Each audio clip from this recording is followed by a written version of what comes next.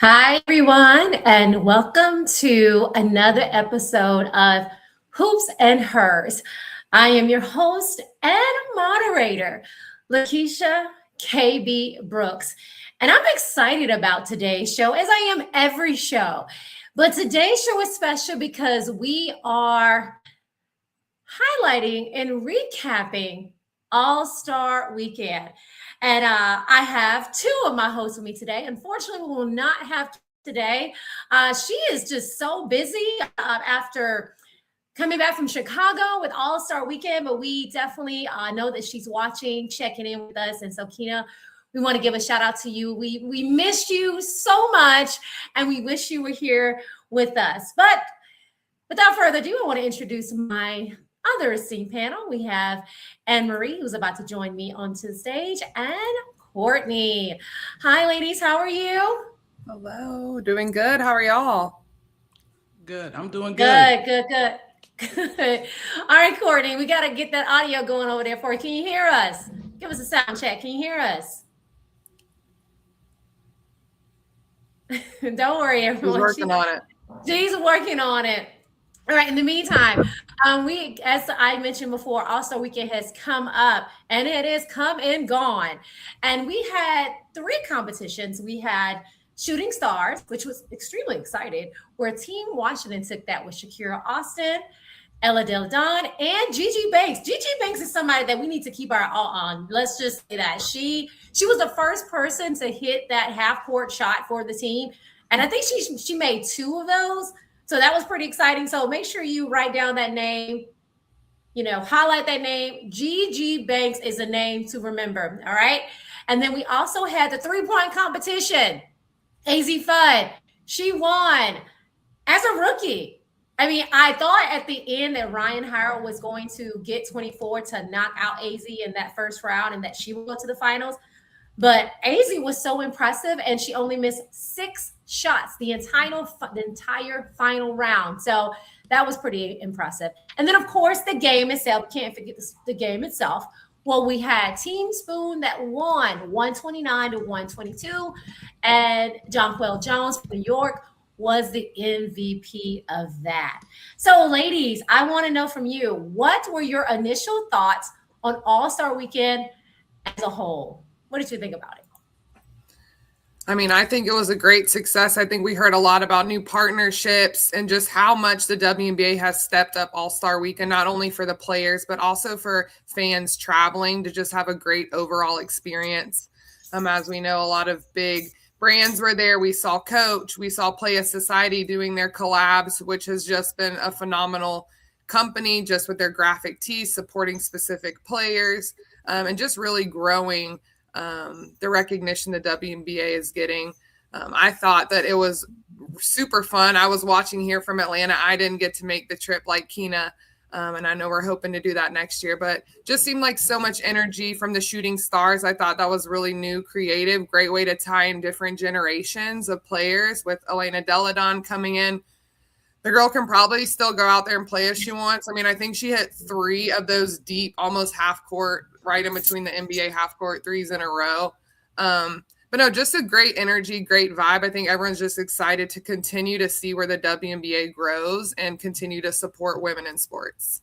Absolutely. Yeah. And Courtney, you got any thoughts? I'm sorry. Is she saying me?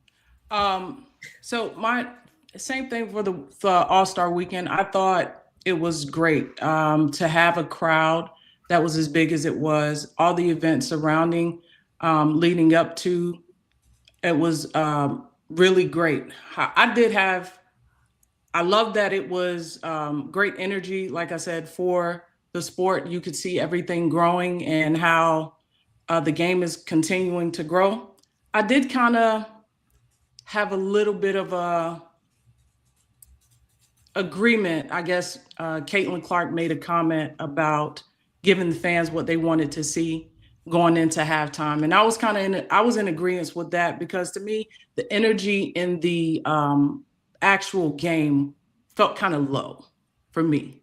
I like competition. I'm from the Kobe Bryant, Michael Jordan era, where you were watching Kobe and Michael just go at it and during the All-Star game. It was a great time to see them play and to see them compete against each other. And I kind of wanted to see some of that with the potential matchups with the And we're going to talk about All-Star competition in a weekend. second. We're going to talk about competition in a second. Okay. We're going to dive into that in a second. So, okay. So I'll pause on that. But I really enjoyed the 3-point competition, seeing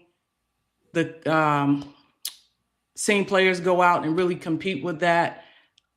AZ Fudd being the winner of that as a rookie was something that was really special, making history as soon as she gets into the league, because she started out being the number 1 pick. She's been getting, kind of that, I don't know if we've been seeing everything that we've wanted to see from her. And then coming into the All-Star weekend and her just kind of coming into form, she's really performed. She really performed at that 3-point contest. I was very impressed. I already knew she had like the perfect shot, but then now it's just like, wow, you really get to see it on that stage. And it was great to see her win. So yes, I thought the All-Star weekend was great. Everything around it was amazing. And I love it. Love where the game is going. Yeah, so Courtney kind of talked a little bit about the competitiveness, and reading a lot and hearing a lot from fans across the board on Threads, Instagram, everywhere. People were talking about competition, but before we get into the competitiveness, another thing that I heard people talk about was the lack of competitions. Not the competitiveness, but the competitions themselves. And when I say that, I mean the first 2 events, the first night lasted about an hour combined, right? So it was Shooting Stars that we talked about, and then it was the three-point competition that we talked about as well. So once it was done, I think I looked at my clock and it was like maybe 9:07 Eastern Standard Time when it was over. And I think I put something that, man, like with 30 years, we should at least have a celebrity all-star game. Of course, everybody was like, yeah, that'd be super awesome, because you have so many former athletes or former basketball players that now play other sports as well. I mean, I know that there's a wrestler, I think her name is Jay Cargill or Park. I don't follow wrestling, but I think that's her name. I think she played college basketball, for example. You have so many athletes that play maybe professionally in something else that actually play basketball that could play. So I'm just curious of you all's thoughts. I mean, I don't know if you all were like, this is enough, but I know that they had like a celebrity 3-point competition that was hosted by State Farm or something like that. I'm not sure, but I'm just curious, like, what were your thoughts on having additional competition? Should additional competitions be added to All-Star Weekend? Courtney, what are your thoughts on that? Courtney, can you hear us? I don't know if you can hear us. Go ahead, Anne-Marie. I just think when you pay and go to these things, I think sitting there for under an hour is tough as a fan. I think you want to see a little bit more. You want a little bit more engagement. I think a celebrity all-star game would be super fun. There are so many just celebrities now that are around women's basketball that are showing support. I mean, when you see the Sparks games, you see the Liberty games, you see these people sitting courtside that are into the game. And I think we should really, as a league, it should capitalize on these people that have an interest and with their fans wanting to watch them be in the celebrity all-star game. I really think it will only continue to grow the league. There are, I think, still a lot of haters on women's sports, but I think when they see people that they look up to and they respecting women's basketball and putting money towards it, investing, I think that continues to grow the level of respect that women should be getting in sports. And so, Anne-Marie, if you were able to pick maybe 5 celebrities that could play an all-star game, besides yourself, by the way, again, she used to be a baller herself, still is. If there are 5 people that you would pick, who would that be? And by the way, we lost Courtney. She's going to come back on, but we will have her come on in a second. Anne-Marie, who would you pick? Gosh, that's tough. First of all, I'm really bad with like celebrities' names and stuff, so this is going to be challenging. You see me chopped up Jay's last name, so I don't even know if I said it right. I will do my best. I mean, I think just given there are some players that also now are kind of considered celebrities. I know Ty Young has been big. She's big in Atlanta. She played for the Dream. She's doing WNBA analyst work now with Prime. I think she would be someone who's great to get out there just with her following. and just her professionalism and obviously her success as a player.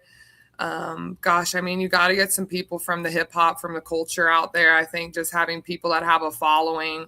I know Quavo plays a little bit. There's a few other people here and there, but I really just think we gotta have all women now. Come on now, we're gonna go all women. Oh, all women. Okay. All women. I don't even know who else is really good at basketball that's celebrities, honestly. Well, we can throw some. Let us say, you know who we would have to have? We would have to have Keke Palmer. I don't know if she balls or not, but I just feel like she's just everywhere. So you just have Olivia to have Miles and Kelsey Plum. They had a little segment on. I saw a few things. They're trying to teach her how to shoot the three. She was trying to get her knee bend into it, but it was really cute seeing also the interaction between Miles and Plum, trying to show her how to get into your rhythm. And I know she's passionate and loves women's basketball, so it was great to see her out there as well. I think so too. Okay, let's think of 3 more. Okay, let me see if I can think of another one. Okay, I'm going to think about somebody from a different sport. So I would like to see a lot more attention to maybe women's volleyball. So I'm going to name, Aiko Jones. Aiko Jones plays for the Atlanta Vibe. I think she's like 6'3". She can jump. She was an all-star this year. I think she could be good to play as well. Let me see who else I think. What about Trinity Rodman? Oh, Trinity Rodman would be a good one.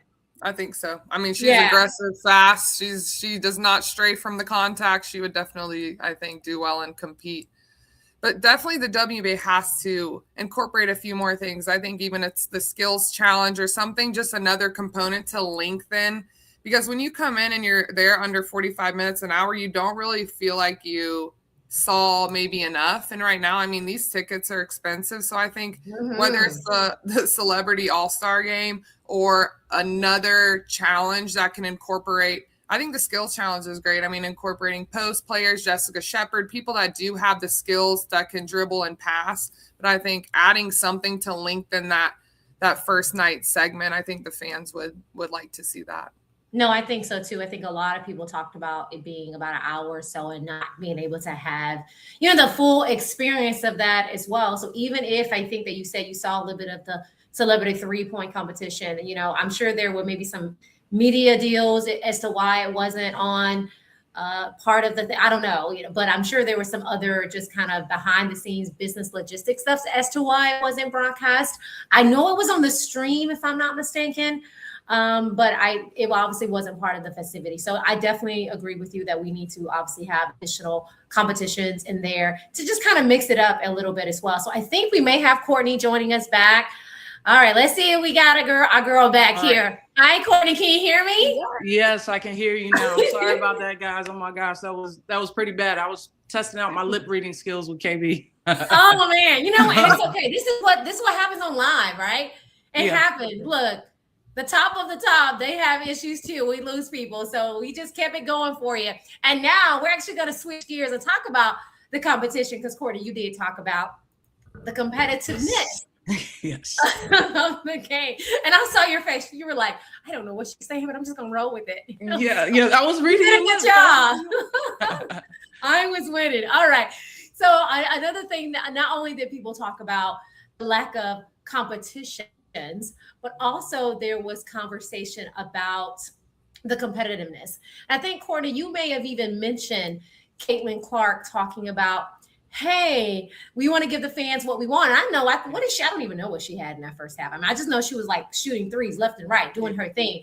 So I want to ask you all, does the lack of competitiveness hurt the game? And before you answer that, this has not just been a WNBA thing. So we're not going to just shift the blame to the ladies, okay? Because until Major League Baseball decided that whoever wins is going to get an advantage in the World Series, they were lacking at that. We won't even talk about the Pro Bowl, okay? We won't talk about that at all. And then, of course, the NBA, I think that we finally saw a little bit more competitiveness this year because Wemby came out and he took it very serious. And I remember Edwards saying, hey, I had to be competitive because Wemby started it. So I just want to put it out there that this is not just a WNBA thing. So, Courtney, now that you can hear me, and you were so excited to talk about this. Yes. Do you think that lack of competitiveness is hurting the game, or can it hurt the game? So I kind of had mixed feelings about the lack of competitiveness hurting the game, and that personally, I like to see the competition. Like I was stating earlier, I loved watching Kobe Bryant and Michael Jordan kind of go at it that last All-Star game from Michael Jordan. Initially I was like, why is Kobe doing this? Like, we were wanting Michael to have this historic kind of farewell All-Star game, and Kobe was just not having it. So I think seeing that competition and that level of competition growing up was something that was very inspirational to me. And I held on to that. So when you start up the WNBA and the All-Star games and things are coming out, and you look for the competition, because in the pioneer years, there wasn't the luxury, I guess, to not be competitive, because then you wouldn't be taken serious. So as the game continues to grow, and we're 30 years later, to watch the game that night was just kind of disappointing for me. And instantly Caitlin Clark made her comment about, let's give people what they came to see. And I think that's very important, because people they spend money to come to the games. I looked up the VIP packets, the media. They had several levels in which you could come and watch the game, watch the games throughout the weekend, and they were pretty expensive. And so some people spending their hard-earned money to come to a game, you want to see the competition. You want to see some matchups, especially in a team dynamic that you wouldn't normally see.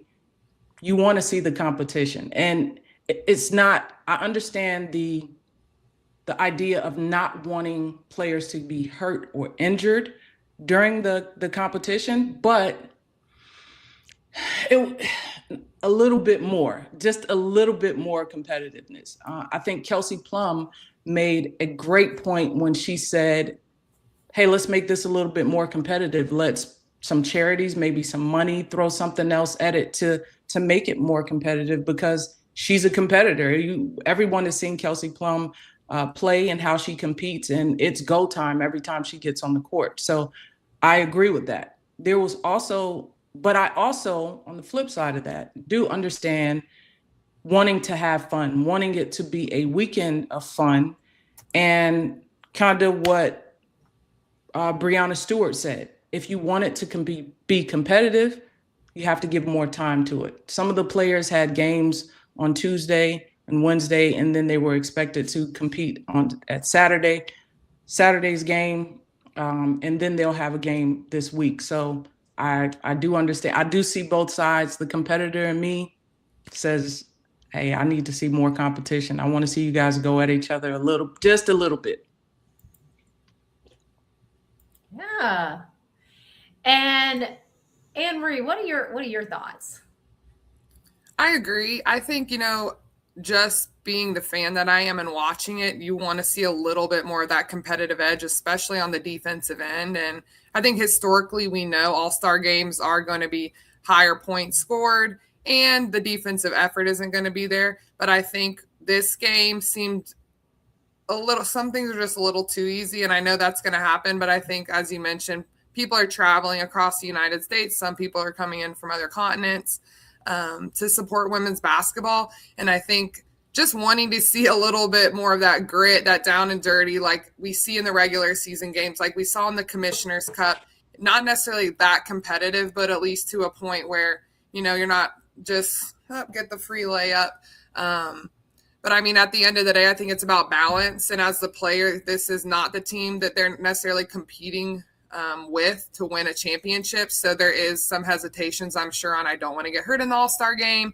I'm not going to go out there and be 110% diving on balls and really just sacrificing your body on a game that's really meant to just celebrate the top talent in the league. But I think there's got to be a little bit more of a balance when it comes to that competitiveness, so that the fans feel like they're getting the quality that they want when they're paying, a few $100s and traveling to come see these games. Yeah, I think that's true for, again, not just the WNBA, but across the board, but also, as you all mentioned, that you think about getting hurt, which is why we don't see a lot of effort there as well. And of course, at the end of the day, it's just an exhibition game. And I think that, but how do you marry that? Because to both of you all's points, people are paying a lot of money to see this as well, which is why maybe adding additional competitions can also be beneficial as well. Because if you think about 3-point competition, I mean, we saw Dame Lillard win on the men's side, and he was recovering from I don't know if it was an Achilles injury or something. And I'm not saying that there's not much effort you have to give in shooting 3-point, but if a man can come here and has a torn Achilles, I think that's what it was, and shoot that, then it means it's a lot less labor on the body. So we can have more competitions like that. I think it would balance out the fact that they don't have to play as hard. And I think that fans asking for them to play even harder maybe isn't unrealistic expectation, because you got to think about it. The WNBA players, they play right now 44 games, and it's kind of compact. Like there are times when they're just like multiple games where you have a game, you're traveling, there's another game, and then that game is the next day and you've traveled.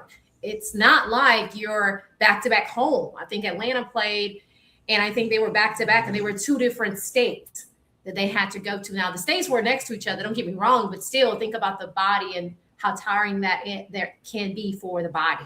I want to switch gears now and talk about a topic that I think a lot of people are asking, and that's about Teresa Weatherspoon and her getting a shot back in the WNBA. We know that she had a stint in Chicago that did not end the way that I think most people had expected. A lot of people wanted to see her get another chance, and they went in a different direction. Tyler Marsh is now there doing, whatever job that he feels that he can do to contribute to the team, to make the team better, which again, no fault of his, no fault of hers. But I'm just curious from you all. Of course, she was one of the GMs in the WNBA All-Star game. It was an opportunity for people to get to see her again, even though they were still coaching a little bit. I mean, even though they kind of let their coaches do their thing, but it kind of put her back in the forefront. And in the minds and the tongues of people to say, does she deserve another opportunity? And what are the chances that we get to see her again? And so I want to ask you all, I know you all are also very passionate about this topic. We all are excited to see her have that opportunity again. And I want to ask you, Anne Marie, what do you think are the chances of her getting another head coach opportunity in the WNBA? I think the chances are likely. I think it's pretty strong to see Coach Weatherspoon back out there. I think just given her pedigree, I mean, she played. I think that goes far in the league. I think having representation in the league, which I know we'll discuss hopefully later here in the podcast, but having more African-American and Black women in coaching positions, I mean, just the makeup of the league, there needs to be more equal representation, especially when the league is comprised highly of diversity. So, I mean, I think just given players respect her. I mean, we saw when she was not re-signed or when she was fired at Chicago, Angel Reese voiced her opinion on just how it is to play for her, what she means, what she's done. And I think that's something that's really, really important in the league. I think being able to relate to your coach, I think having a coach that's done it before. There's a lot of coaches that haven't played at that level. She's an 8 all-time WNBA All-Star. She was 2-time WNBA Defensive Player of the Year. I mean, she's competed in the Olympics, gold medalist. So from that standpoint, she has the resume. I think someone's going to give her an opportunity. She's continuing to coach. She's in Unrivaled. She's been an assistant coach in the NBA under the Pelicans. So, I mean, she has the resume. I think we're also seeing Chicago. We're not sure exactly what the issue is at Chicago, but there seems to be some underlying issues, whether that's with upper management. So I think, maybe that just wasn't the right opportunity, but I think someone's going to take their chances on Teresa Weatherspoon. I mean, she deserves it. She's proven she can do it, and she's going to be coaching, I believe, in Unrivaled again. So look to see her out there continuing to contribute to women's basketball, and hopefully some more doors were open for her in the future in the WNBA. Yeah, so piggybacking off of that, I said it last podcast, but I'm a teaspoon fan. I've always been a fan of hers since I was in high school. She's always been inspirational. And I think the fact that that's just her personality. and it has grown, and she's had a wider reach of people. I do think she'll have another opportunity to coach, and I think it will be one of the expansion teams. I think that with the expansions that are happening with the W, it's going to be exciting to see if they choose her, because she can start the organization and build the culture the way that would align with how she wants to coach and be associated with the game. Like you said, the Chicago Sky, that wasn't a good fit for her. It didn't last long. That was a year, and it just didn't allow time for her to make an impact. I mean, if anybody coaching a team, and a team that's already had issues, and it's going to be very difficult to make change in a year. So starting up, getting a startup team, an expansion team, or being a part of that is where I think she could absolutely have an opportunity, and she could thrive in that opportunity, helping build the culture, and being in a place that maybe the management and decision-making with the teams and players that are going to be on that team all align with her style of coaching in a way that she can have a positive influence and start a great organization, help with the startup of a great organization. I think hearing you talk about the expansion teams, I mean, it would be like a fresh start. And for her to be able to have that opportunity to kind of do what she does. And going back to Anne Marie's, we don't know kind of what's happening in Chicago, but sometimes it's just not fit for you. What did our great friend Keena say to us yesterday? Whoa, does anybody remember? What did she say to us?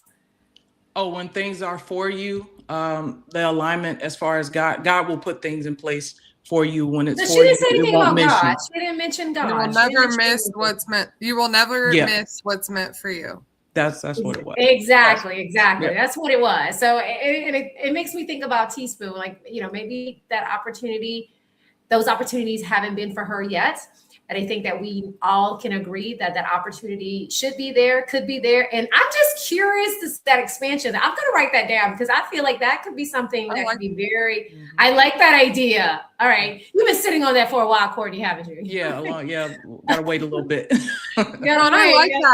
I like that point, Courtney, because as we just mentioned, why she'd be a great head coach. I think if she got there in time to help pick up the franchise players and build the team, I think with her knowledge, I think that would really set her up well for success, just given who she knows in the league, who she has relationships with, and just knowing players, not only on the court, but off the court, and being able to construct and build that culture.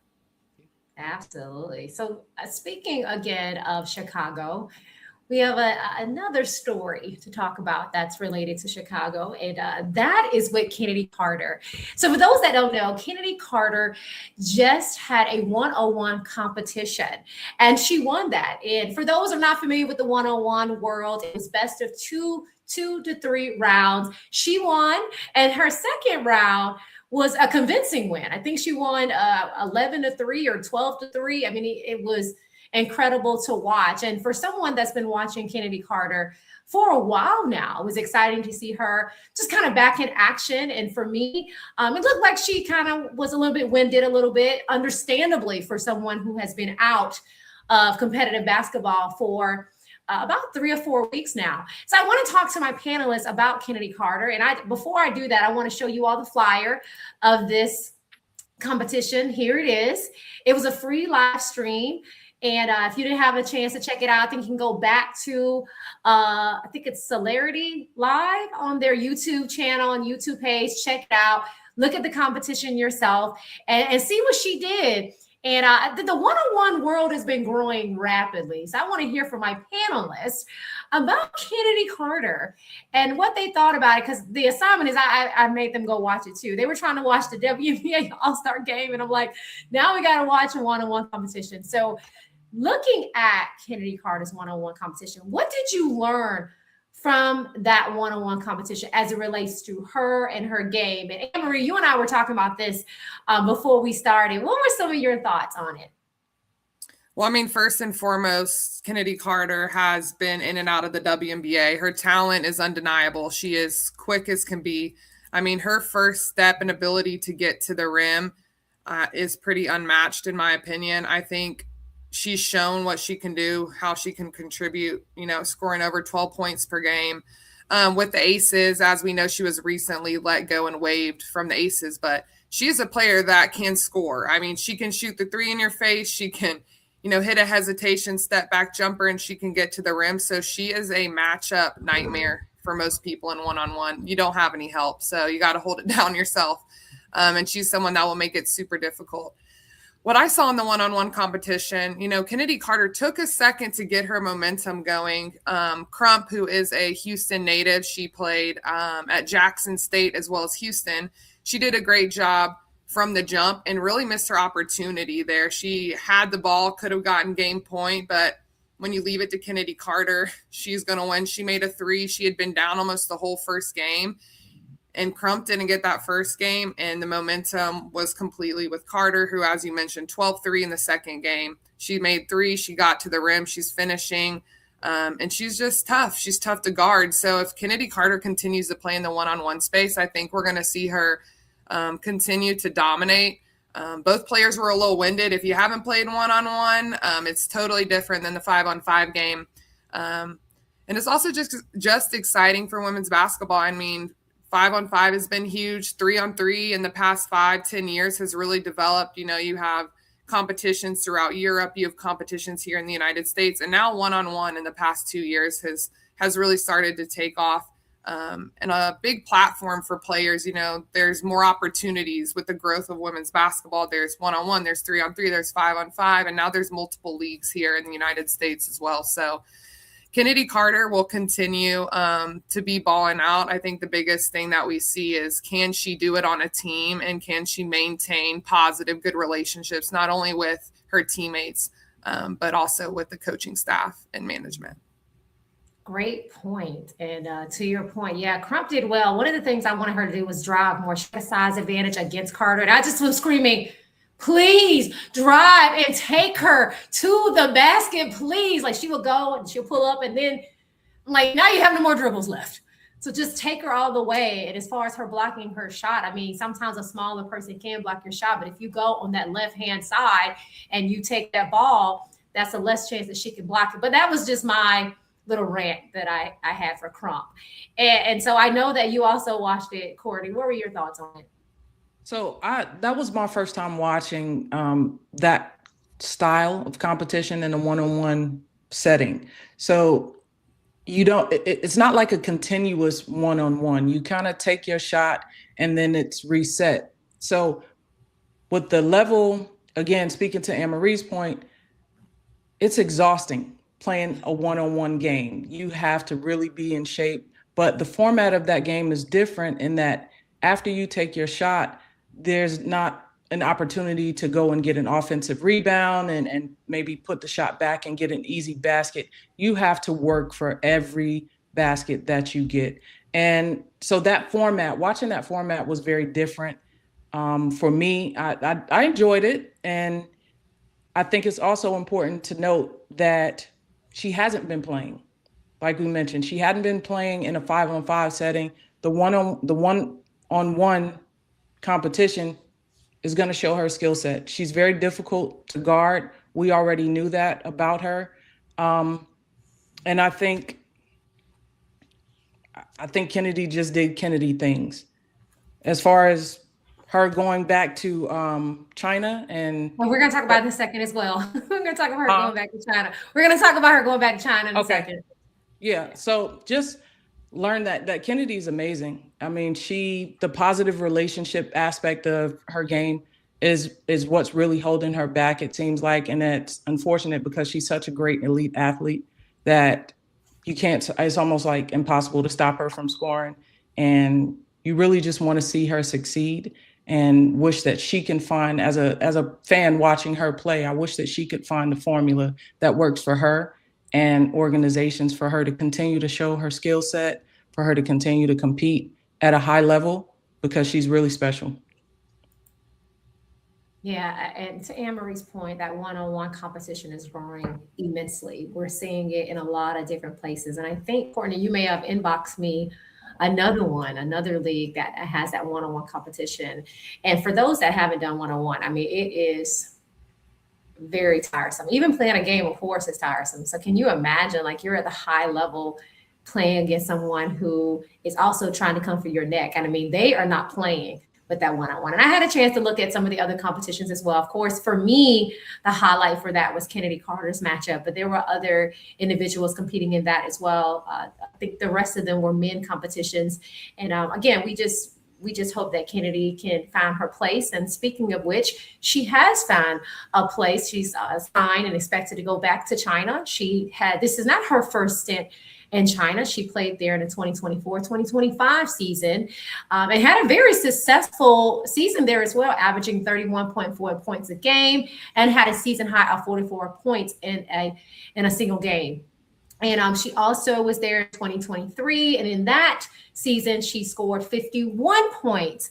And that's only second behind the legendary, the great Maya Moore, who had the highest of 60 points in a single game as well. So she's had a lot of accolades when it talks about going to China, playing over there in China as well. I mean, she's had double-doubles. She's just been a breakout star when it comes to China. Right now, there are no opportunities in the WNBA. And I mean, I do see some stuff in our YouTube chat, and I just want to showcase some of that. And Anthony Sneed says that she'll be forgotten unless she comes back to the WNBA. Basically, her career in WNBA may be over, and if so, she may get forgotten. So I don't know. But the question that I want to ask my panelists is about her going back to China. Just kind of what are her expectations for that? And how do you think that she will fare going back to China? I want to ask you, Courtney, because I know you were talking about that. How do you think that she will fare going back to China? It seems to be something that kind of aligns with her game. I don't know if that's where she wants to be per se, but she's had success at any level to be able to score 50 points, 40 points, whether it's once a year, twice a year, or, I mean, people don't accomplish that in an entire career. So for her to have these high scoring games, it just, again, speaks to the athlete that she is. Playing over, she still gets recognition. We still know about those games, different platforms to continue to watch her play.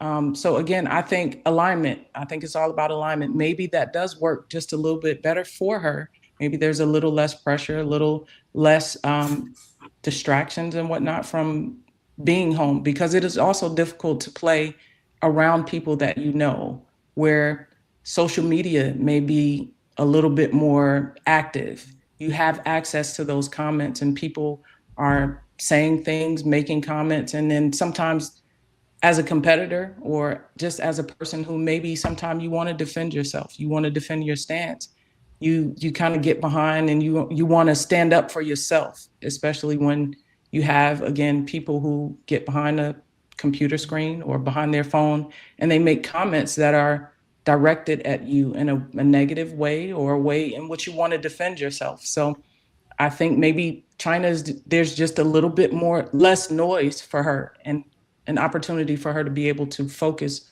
on basketball without so many distractions. That's a really good point. Yeah, Anne-Marie? I think she's going to continue to succeed overseas. As you mentioned, I think when you're away, you don't see as much. You're not in the rah-rah. Sometimes in the league, we all know there's a lot of egos, there's a lot of pride, and there's a lot of dominant players. So trying to mesh sometimes with other players who are the stars when you're not willing to sometimes put your pride or ego aside can be difficult. Well, when Kennedy Carter goes to China, she's going to be the top player on the team. She's going to be successful. She's elite scorer, foot speed, first step, super difficult to guard, which is why she's scoring so much. People cannot defend her one-on-one, which what she's showing in the one-on-one competition and what she's showing overseas. She's averaging over 33 points last year for Shanghai. I think she's going to continue to be successful, but I think also a reason that she might be thriving there is she is the best player. She is the one in the spotlight, and where that does come with pros and cons of pressures if you're not, performing to the team's what they're asking of you, it can be tough. But also what comes with that is that she is the person that everyone knows there that is successful and that is the go-to player. Yeah, I think that that's the most important point that we've heard here is her being the go-to person, her being the best player. Now, does that work well in a team dynamic? Maybe perhaps now not in the WNBA, but in China and maybe other places across the world, it could be a good thing. I mean, I don't know if anybody watched Diana Taurasi's documentary on her life, but she talked about being a rock star when she played overseas. I mean, it was to the point where I don't know if she had to come back to the WNBA. Remember, at that time, the W was not paying players what they're getting paid now.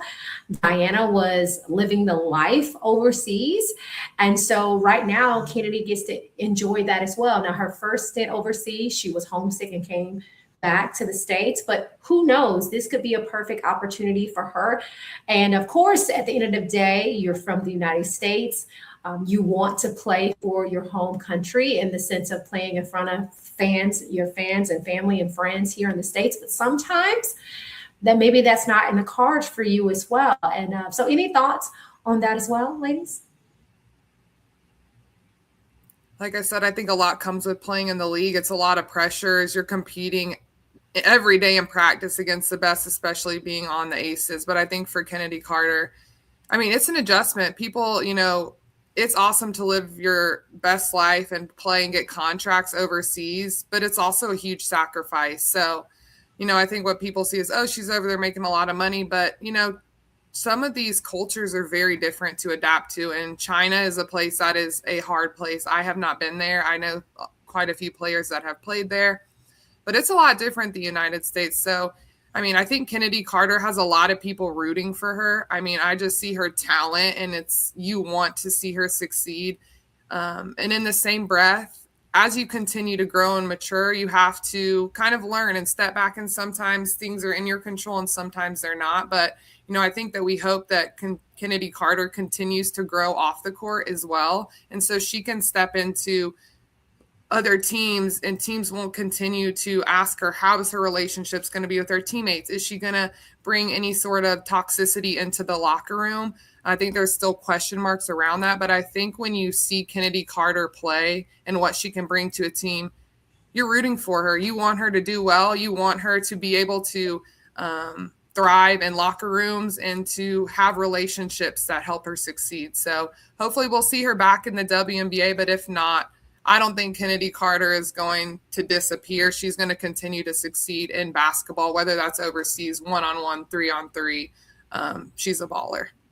She is a baller. And Anne-Marie, correct me if I'm wrong, you spent some time overseas playing as well. Is that correct?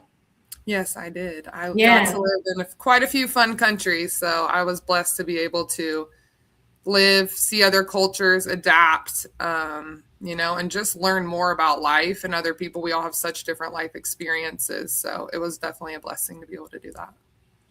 Now we're going to switch gears and still talk about All-Star Weekend, but now we want to talk about the commissioner, Kathy Engelbert. And there was a press conference she did ahead of the game, and she was asked a series of questions. And one of the biggest announcements that she did make was about the new replay center, which is extremely important right now, considering all of the criticism around officiating, fair play, and even so much as players getting death threats because of certain calls that are being made. This state-of-the-art replay center is going to start in 2027. So for those that are looking for it to be implemented this year, it will not be. It will be implemented next season. And the idea is to have significant advancements in the league's continued investment in the competitiveness, the officiating, and the integrity of the overall experience for players, but also for fans as well, because I'm sure a lot of fans will like to see a lot more fairness across the board with officiating, as well as the integrity of it as well. Now, the replay center will be in New Jersey. It will serve as a hub for all reviewable plays and situations throughout the WNBA games. This is something that the NBA has already implemented as well. And Commissioner talked about using and leveraging some of the experiences that the NBA has had to help them in that process. And I'm going to read a direct quote from the WNBA League Operations Director. And in that, she says, as the WNBA continues its extraordinary growth, we're committed to investing in every aspect of the game, including technology and resources that support players, team, and officials. She went on to say, leveraging the NBA state-of-the-art replay center is an important step in the continued evolution of our game. It allows us to enhance the consistency and the efficiency of the replay reviews while embracing innovations that strengthen the competition and deliver the best possible experience for all stakeholders. So there's a lot of excitement and expectations as it relates to this replay center. Again, they're going to be using the NBAs, they're going to be leveraging that relationship. And so, Anne Marie, I want to know your thoughts on how do you feel that it will improve the game? Of course, we have director of operations, someone in the league office, of course, commissioner talking about the promising expectations of this. But as a fan and former player, do you really think it's going to improve the game at all? I think it has the ability to improve the game. I think this year we've seen a lot with replays. It has gotten a little out of hand, just the length and the longevity to make decisions. And then we're looking at games were, generally an hour 45, 2 hours. Now these games are 2.5, sometimes 3 hours long. So I really think this replay center, I know Kathy Engelbert mentioned spending almost $10 million or more on trying to get this going, where they're going to be using some of the NBA systems along with utilizing some new things that the WNBA is looking just to get better and to improve on. But I think overall, it's hard. I mean, referees, I do not envy their job. I do not want to be a referee, and I don't want to be a referee at the top level. The game moves super quick. You have to make a decision in a split second, and you have to stand 10 toes down on your decision most times, unless the team calls for a replay. So I think, implementing, she mentioned in her press conference as well that they have 2 committees, one state of the game, former players, current players, coaches, to get feedback, to try to talk through, what do the players need to see more of? What are they not seeing? As well as a committee of officials who are currently reffing and who have been past refs, whether that's in the NBA or WNBA. But I think they're doing more to be proactive to help these refs be successful. I mean, hats off to them. They have a tough job. But I think what the WNBA is doing is going to help improve the game from an efficiency standpoint, from a consistency in calls. And there just needs to be also more communication, I think. So it's great to see that some of these committees are in place to help hold the refs accountable and to continue to improve the game. Yeah, absolutely. I agree. I agree with Anne-Marie. Anything that kind of gets the flow of the game back to what we've experienced before is something that I think is going to help improve the game. The referees want to get it right. Same place. I do not envy their jobs. It's hard to see everything that's happening. A lot of the things that the players mentioned that Kathy talked about was the freedom of movement and being able to do that and get the calls right. With any implementation of a rule, a change, or an adjustment, there's going to be an adjustment period. So I think the frustration now is just kind of lending to everybody getting used to the officials trying to make this adjustment for what players asked for. And it's frustrating. It's frustrating for the players, and to get consistent in a new system takes time. So I think it's just a matter of being patient. The center, if it's going to help with speeding the game up, the reviews, being able to make the calls and reviews a little quicker so that there's not the lull in games that kind of take away from the rhythm of the players. And it also kind of takes away from the excitement of the game, especially when these replays happen at critical points in the game.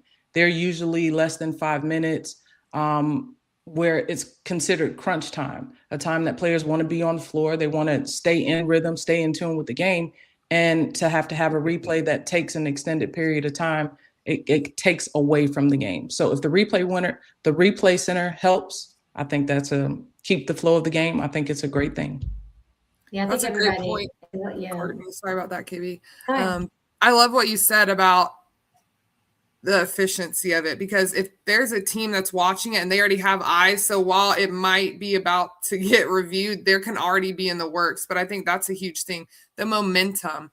People don't realize if someone calls to challenge or to review a play and it takes 3-4 minutes, I mean, these are huge momentum swings. Yes. So yes, timeouts can change momentum, but when you're in a timeout to review a call, and I mean, there's been times I'm at a dream game, I'm sitting 4 or 5 minutes, and you're also getting cold as a player. So there's other concerns as well. People want to keep the flow of the game. So I think having a replay center where experts are seeing it in real time, they already know, maybe that wasn't, so they have an idea to help speed this game up. These games can't be 2.5 to 3 hours long. And I know Kathy mentioned, points are at an all-time high. Field goal percentage is at an all-time high, but also so is the game time. So I think there's got to be some balance of, yes, we want to see more points. Yes, we love seeing efficient basketball, but, we all can't be sitting in there for 2.5, 3 hours on account of 6-7 reviews that each take 4 and 5 minutes each. So, yeah, I think you both have a good point about that time. I think even sitting there as media, we're like, oh, wow, like it used to be 2 hours, and then you look up and it's 2 hours and 45 minutes and we're still here. Oh, and we still have to do the presser as well. So we're not complaining it's our job. But at the same time, like you said, you're looking up and there's 3 or 4 minutes of time where there's nothing happening at all. And again, not having the momentum. The good thing about basketball, it is an up and down game. That's why people love it, because it's fast paced. People love that going back and forth. So when you take out a lot of that, again, what we really love is fast break points and transition basketball. And we don't have that because we are sitting here waiting for this 3-5 minutes of a challenge or a call or something like that. So I'm excited to see the difference. And I'm sure there's somebody behind the desk doing some kind of data analysis to see what the 2026 and 2025 season, and probably maybe 5 years prior to what 2027 is going to look like, and really show that data. Because as we talked about before, I would like to see the report of that. That's my nerdy side, to say, okay, you said that points have been up, efficiency. She listed a number of different things that have gone up. Now, if we look at the replay center, what are some improvements? And I'm just curious to see, like, what are some of the benchmarks that they're striving for that? Are you looking to make sure that those challenge times to go down? Are you looking to make sure, as we talked about, the game time goes down? And when you're doing this type of research, it's important to know, okay, what are the goals you set for this, so that we as fans can know, okay, have you hit those things? Because just having it is not enough. And that kind of leads me to my next thought, which is, there was a question that was asked of Commissioner about possibly, or the idea of implementing a Rooney Rule in the WNBA. Now, for those that are not familiar with the Rooney Rule, it is a rule that was put in place in the NFL, and it was to make sure that hiring for minorities was fair and equitable across the board. And with this, it was first implemented, and it was just for head coaches in the NFL.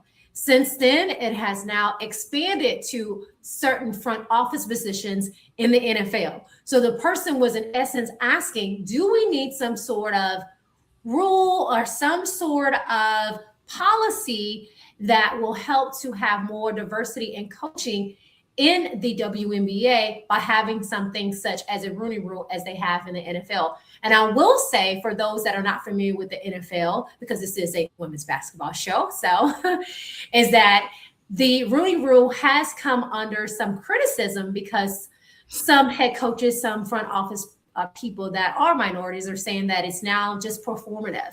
So they're saying, yes, people have been interviewed, but are they really having a fair and equitable opportunity to get those jobs? Or are people just checking off a box and saying, hey, we've interviewed said person that is a minority, and therefore we have satisfied that, but we're going to now hire the person we actually want. So I wanted to put that context for those who are not familiar with the Rooney Rule and some of the criticism that comes behind it. So I'm going to ask my panel, and I'm going to start with you, Courtney. Would a Rooney Rule type of thing in the WNBA help improve diversity in coaching?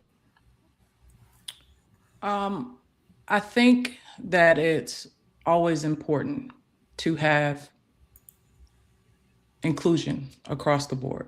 When you look at what's happened with the W over the past few years, there were a few female head coaches. You look at Noelle Quinn being one of the last female Black head coaches for Seattle. Now this year, there aren't as many.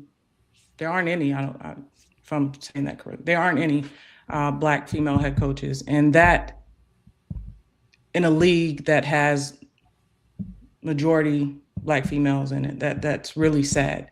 So yes, I do think it's important to have inclusion, diversity when you're talking about coaching, to be able to come to someone who may be familiar with issues that look like me, that you have to have it. So I think it's extremely important, and they do need a rule.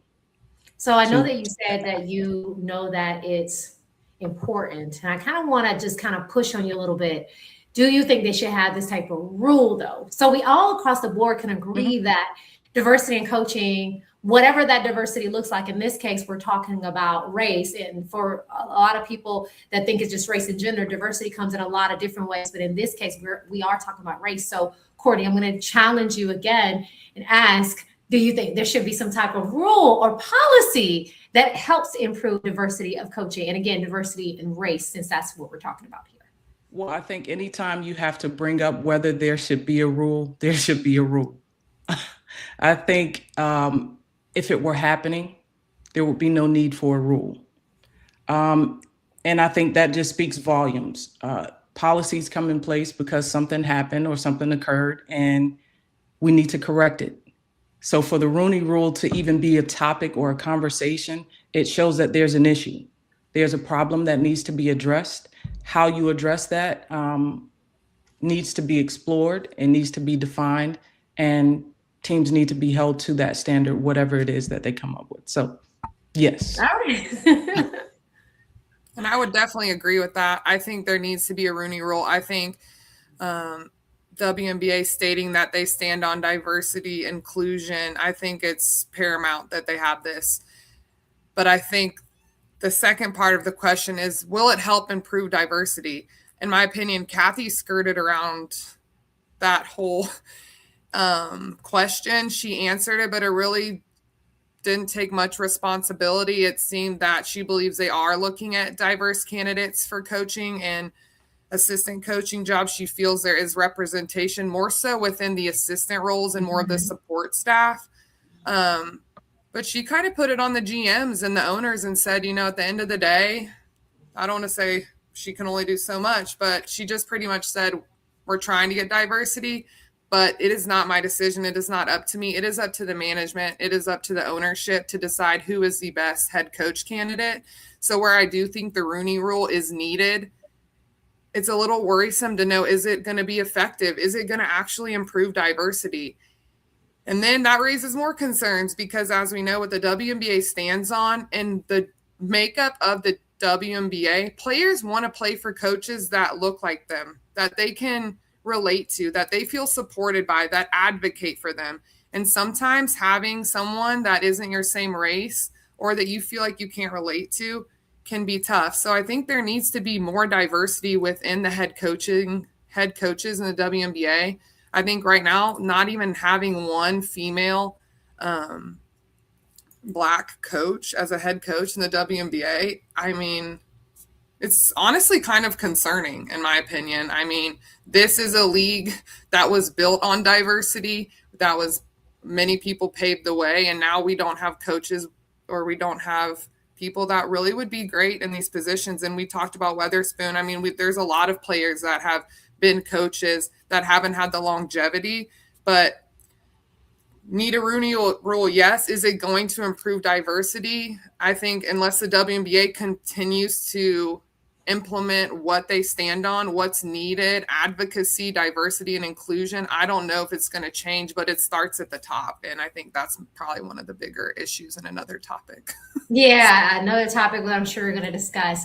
And speaking of DEI, or as they call it, justice, equity, diversity, and inclusion, which are the same thing, but J is for justice.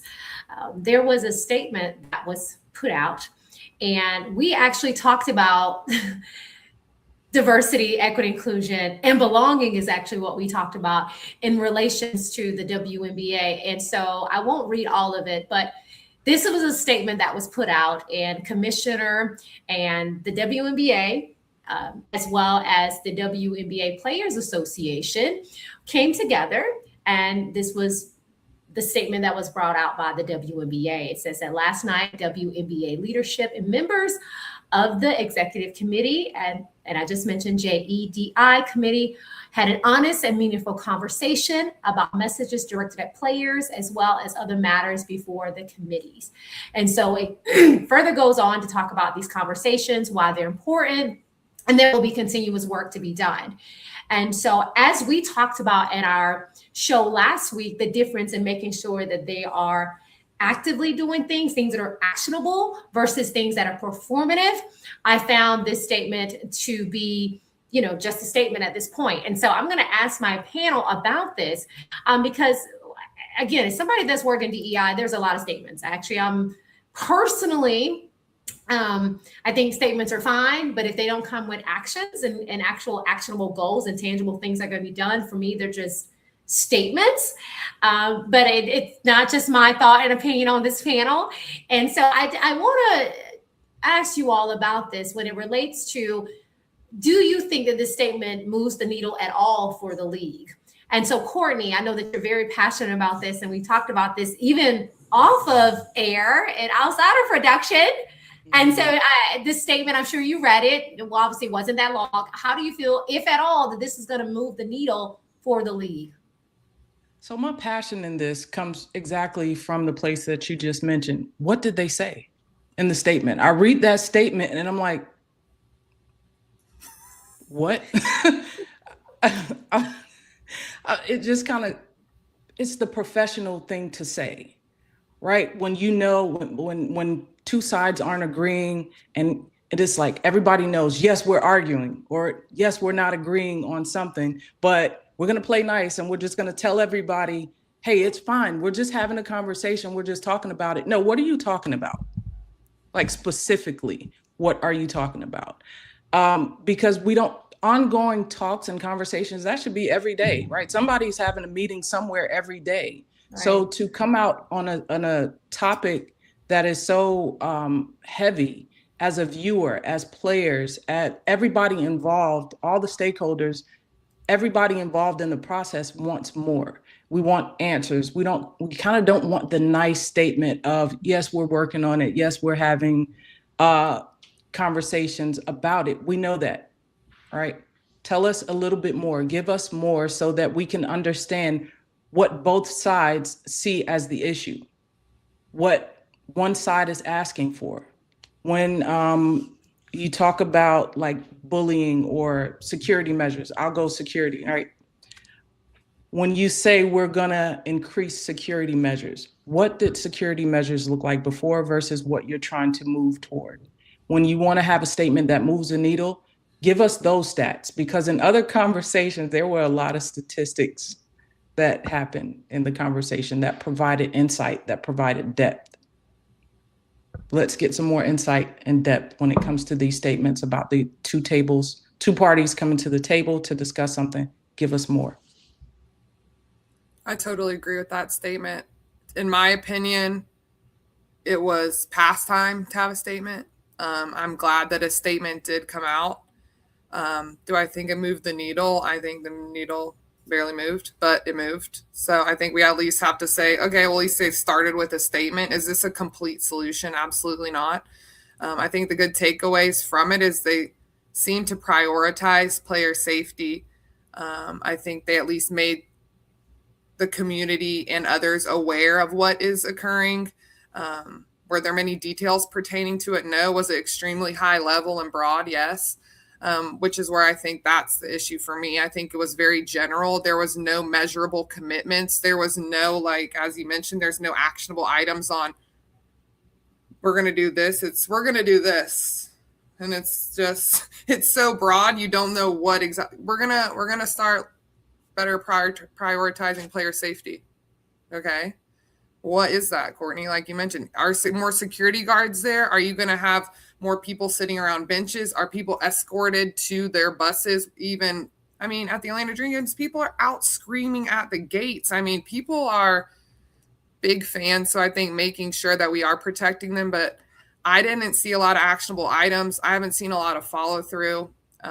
Another positive is that we do see that the union and the league are communicating. I think there needs to be a lot more communication internally between players and the commissioner and upper management, they've got to put themselves in these players' shoes. I mean, a lot of these people have not received death threats for falling down and aggressively, go for a ball and accidentally you hurt someone. I mean, there's not a lot of malice intent, in my opinion. People are competitive. This is a competitive sport.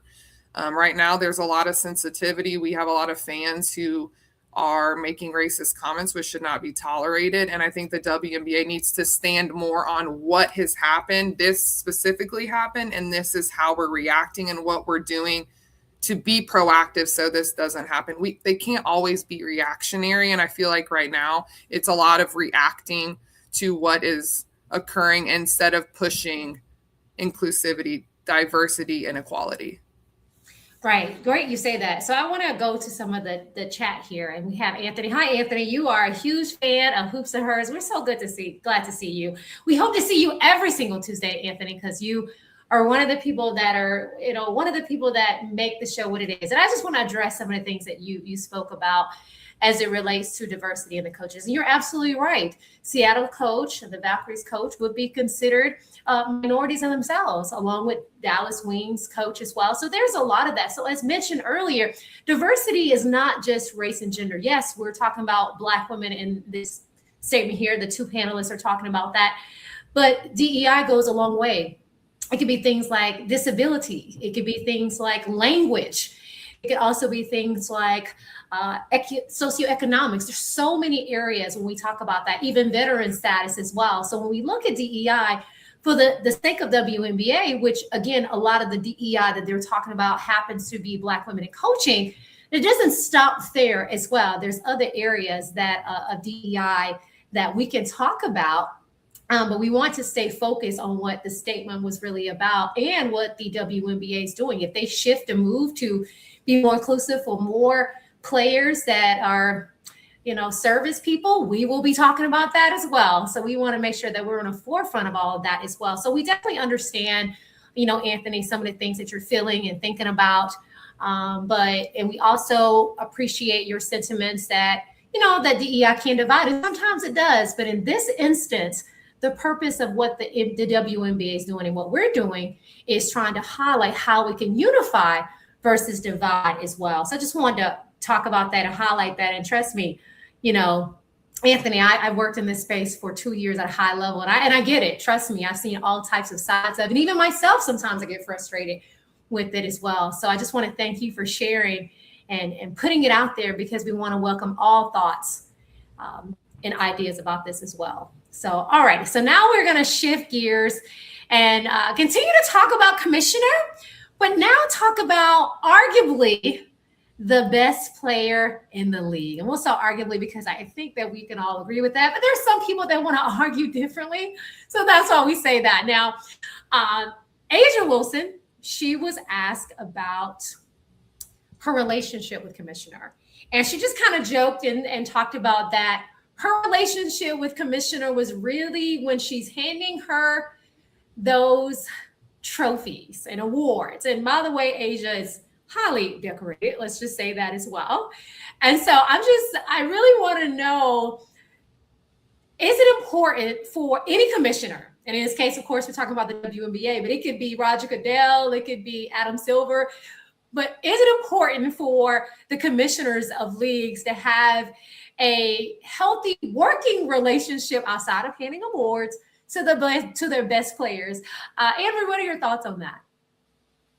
I mean, I feel like it's very important. I think relationships, especially in this league, and when you are the WNBA commissioner, I mean, by no means you need to be best friends and rub elbows with everyone, but there has to be a mutual respect, in my opinion. I think Asia has shown that she deserves that respect. But I just think it's disappointing to hear that there's not more collaboration or, more of a business relationship. I mean, I think the commissioner could probably benefit greatly from having a little bit better relations among players in the league. And there just seems to be a little bit of a divide. We know that the CBA was negotiations was long, drawn out. Was definitely some aggressive negotiations and back and forth between the players as well as the WNBA trying to come to a good CBA agreement. So I know that there has been a little bit of frustration, maybe some slight hostility, but at the end of the day, as the leader and as the WNBA commissioner, I think it's imperative to have at least business and cordial relationships with the top players in the league to help better the league and to use their voice to help advocate for what's needed through their eyes. Yeah, I think when I listened to her kind of speak about that, I did hear her say, she did get around to saying, like, yes, I can do better. And I think communication is one of those things that in any organization, we always look for better communication. When you have a comment like that coming from Asia Wilson, you're looking at where her foundation, which came from Dawn Staley. Dawn Staley does an amazing job with bonding, not just with her players, but with their families.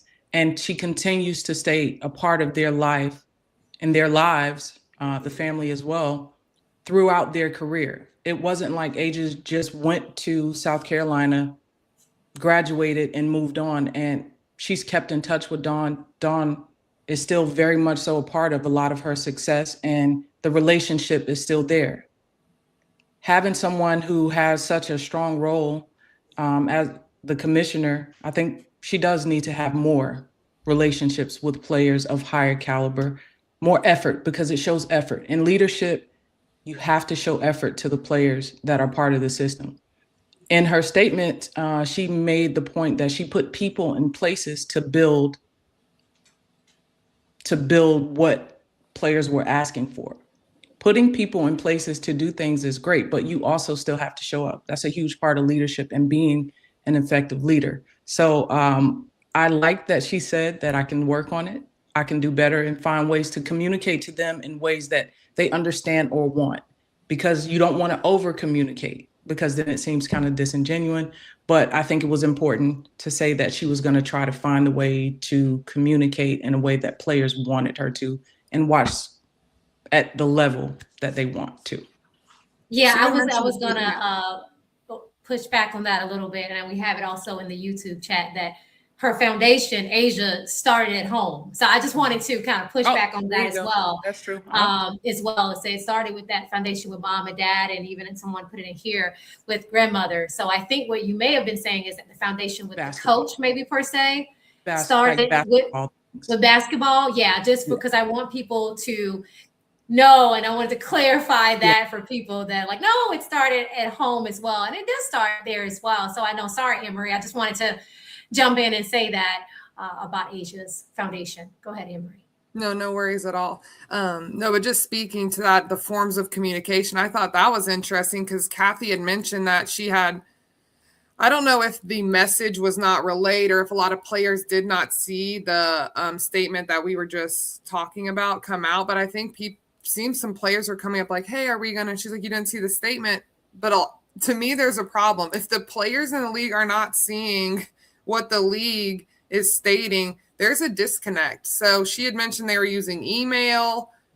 Listen, we all have an email that has 15,000 emails, and we've had it since we were middle schoolers. We've been given it to limited to it's junky. Okay. We need text messages. We're in the age where like text is better. Phone calls is better.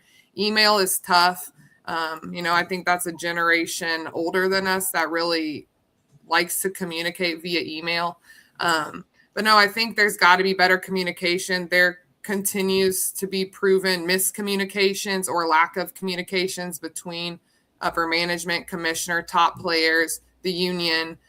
So I think hopefully we can start to see some more collaboration and more accountability from the commissioner to better these relationships and to better the environment for the games and what the players and the fans would like to see. Yeah, it's definitely about the cohesiveness as well. And a lot of people, when you talk about leadership, when you have a great leader, your, I don't like to say followers or direct reports, I don't like to say that, but your team wants to make you look better. They want to work for you, they work harder for you, they are the best representation of themselves for you.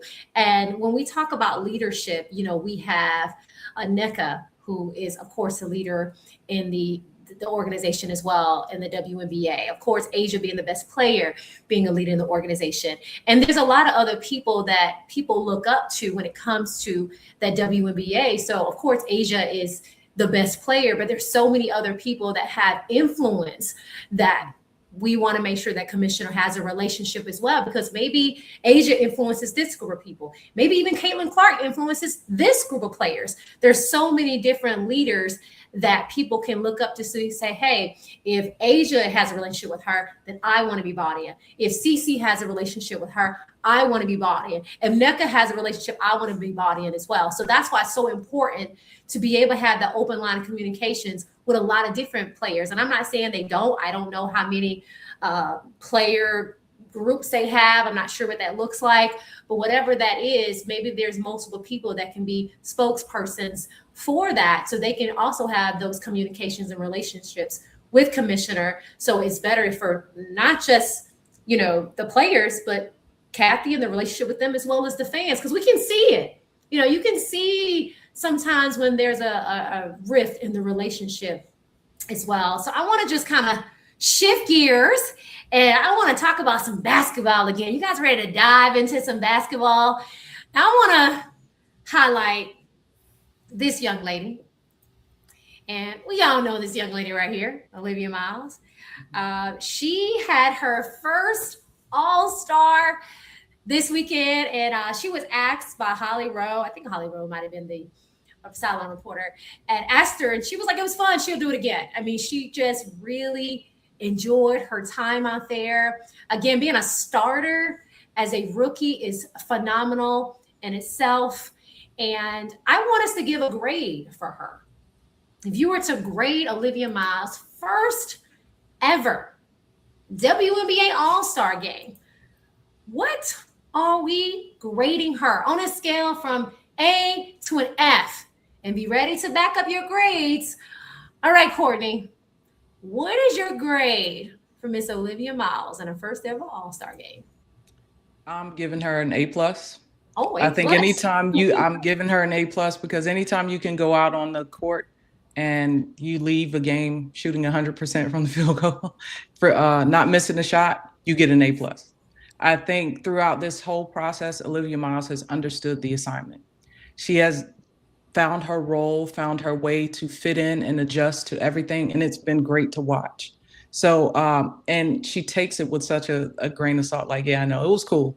I'll do it again. Like, that's like she's been here before, right? You watch her play and it's almost like, wow, this is, she's not overexcited, but she's taking it all in. You can tell she's grateful for the moment. And I think just giving her an A+ for just how she's handling the moment, how she's handling her rookie year, and not missing a shot that she took in her first All-Star game. That's great. Well, I didn't go A+, but I said A-. I mean, I think from a scoring standpoint, she made all her shots. I was maybe thinking she was going to score a little bit more, but at the end of the day, all the best players are out there. But I think, flirting with a triple-double. She had, I believe, 12 rebounds, 8 assists, 11 points. She made all her shots. So, she's definitely in the A category for me.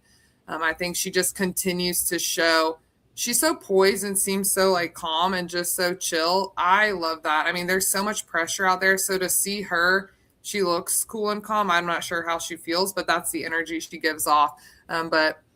Just so involved. 12 rebounds alone. She's a point guard. So number one, she's showing she can do the little things, and I'll go hustle to get the rebounds. So, 12 rebounds in an all-star game as a point guard is pretty phenomenal. 8 assists, 11 points. She just understands her role. It seems like no matter where she is, she gets people involved. She's going to make good decisions, and she's going to bring people along with her.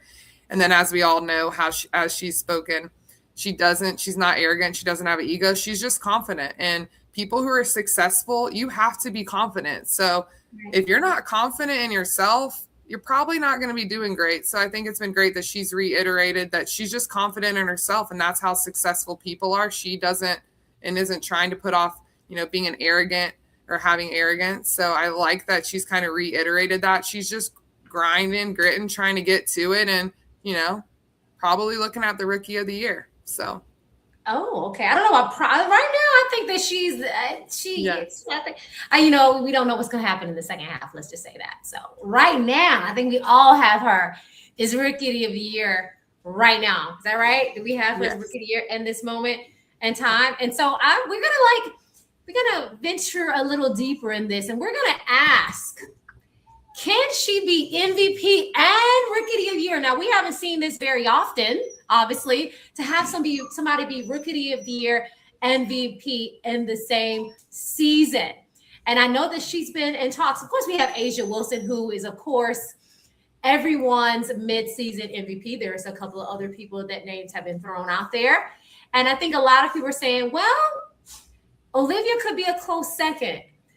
But I know that this conversation has been brewing and bubbling for some time. And so can she do the almost impossible? Because it's not impossible, because we've seen it done.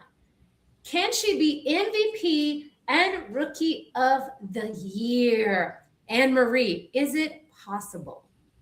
I think it's possible. I think, as we mentioned right now, I think she's Rookie of the Year for sure if it was called right now at the midway point through this season.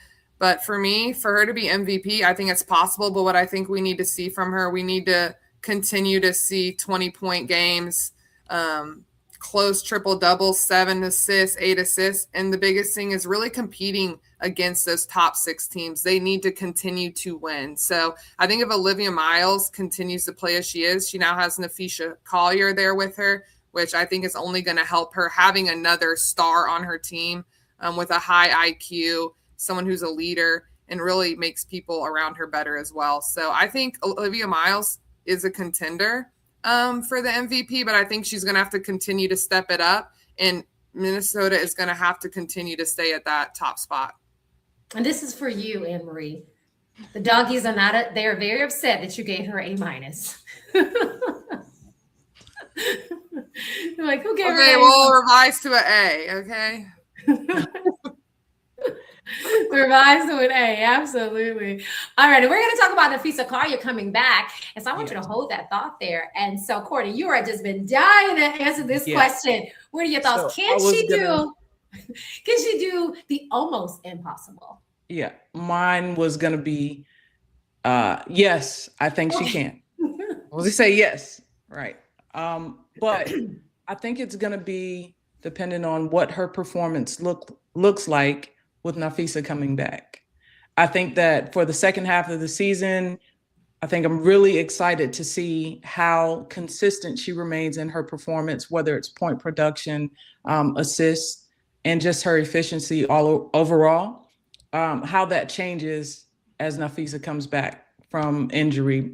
We saw the first game that nothing really changed about it. I mean, but I think whether or not she can be MVP will be based on Nafisha and her performance and how it affects Olivia Miles's performance and consistency with her numbers. To get to the MVP, I think she might have to score a few more points, which is almost like crazy to say that she needs to do more. But to get to that level, which again, Candace Parker being the last person to do this, there's a reason why it's been so long for someone to accomplish it. It asks a lot of a rookie to be able to accomplish that, and then remove Asia from that platform. So, yeah, score more points. Remove Asia from that platform. Yeah. No Asia, then it's a lot more possible for her. And we just spoke about Nafisha Collier. She made her season debut and she finished with 24 points, 10 rebounds in only 22 minutes. And she was sidelined for quite some time with ankle injuries. And she was actually also out of Unrivaled. And she came back and seemed like didn't miss a beat at all.